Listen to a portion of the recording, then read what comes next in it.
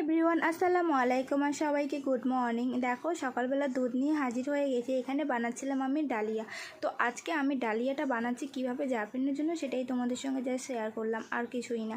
দেখো সকালবেলা আমি দুধটাকে ফুটিয়ে রেখেছি, তার মধ্যে কিন্তু 3 চামচ আমি এখানে দিয়ে ফেলেছি ডালিয়ার গুঁড়ো। আমি গুঁড়ো করে রাখলে একটাই সুবিধা হয়, তাড়াতাড়ি সেদ্ধ হয়, আর কি হয় বলো তো, তাড়াতাড়ি করে সময়টাও কম লাগে। তার জন্য কিন্তু আমি ডালিয়াটা মিক্সিতে গুঁড়ো করে রাখি। আর দেখো বলতে বলতে কিন্তু আমি এখানে ভুল করে 3 চামচ দিয়ে ফেলেছি, পরিমাণে অনেকটা বেশি হয়ে গেছে। এখানে 1 চামচ দিলেই কিন্তু যথেষ্ট হয়ে যেত, কারণ ডালিয়াটা সেদ্ধ হয়ে একটু বেশি বাড়ে, তার জন্য। দেখো তারপর আমি কিন্তু ডালিয়াটা দিয়ে নাড়াচাড়ার পর আমি এখানে অ্যাড করছি চিনি, কারণ চিনিটা আজকে জাফরিন ফার্স্ট টাইম খাচ্ছে। ও তাল মিষ্টি খায়, আর তাল মিষ্টিটা কিন্তু একদম শেষ হয়ে গেছে, তার জন্য আমি এখানে অ্যাড করছি হচ্ছে চিনি।